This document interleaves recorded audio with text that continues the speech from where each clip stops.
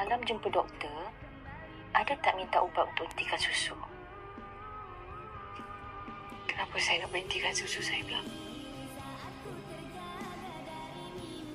Susu saya ni untuk anak saya. Puan, sebenarnya kalau Puan terus pam macam ni, bahaya. Takut bengkak susu. Mastitis, sakit tau.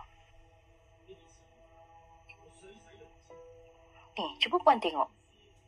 Dah ada darah dalam susu ni. Saya buangkan ya. Susu ni untuk Aisyah.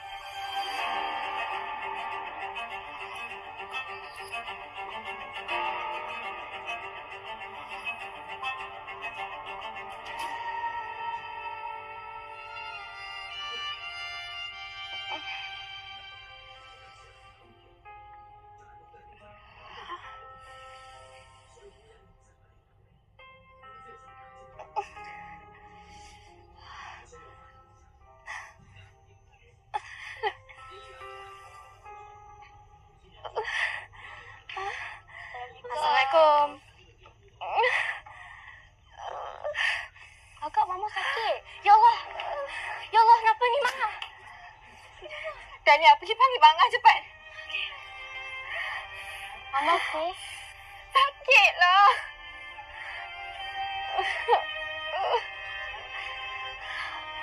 Allah.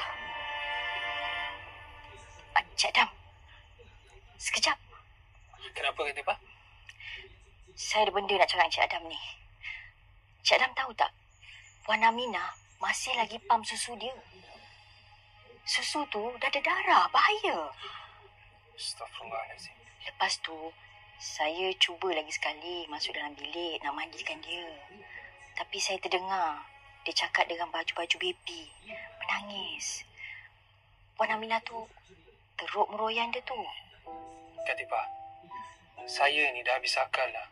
Fikir macam mana lagi cara nak pujuk dia tu jumpa pakar. Macam ni. Saya boleh tolong mandikan dia dengan air herba. Tapi Cik Adam kena tolong saya cari bahan-bahan tu. Carikan daun, akar herba, saya buatkan. Mungkin boleh tolong kurangkan meroyan dia. Boleh? Boleh, nanti saya cari. Cuma kalau boleh Cik Adam, pujuk dia. Bawa pergi hospital. Baiklah, saya cuba nanti.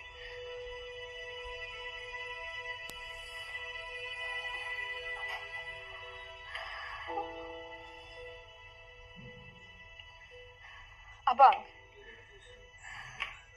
kenapa saya kat sini lagi? Bukankah saya patut akan nak beli lip salin? Belum masanya lagi, Azika. Doktor pun tengah dapatkan tempat dalam bilik bersalin tu. Ya Allah, suruh cepatlah abang. Apa lambat sangat?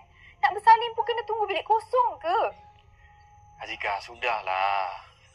Awak tu nak bersalin, bawa bertenanglah, zikir ke. Bertenang? Abang sakitlah.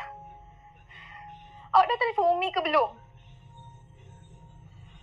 Tak sempat lagi. Ni lepas saya isi borang admission ni, saya call. Telefon sekarang abang. Bagi tahu Umi suruh teman saya. Tapi saya kan tengah... Tapi apa telefon sekarang? Ya Allah.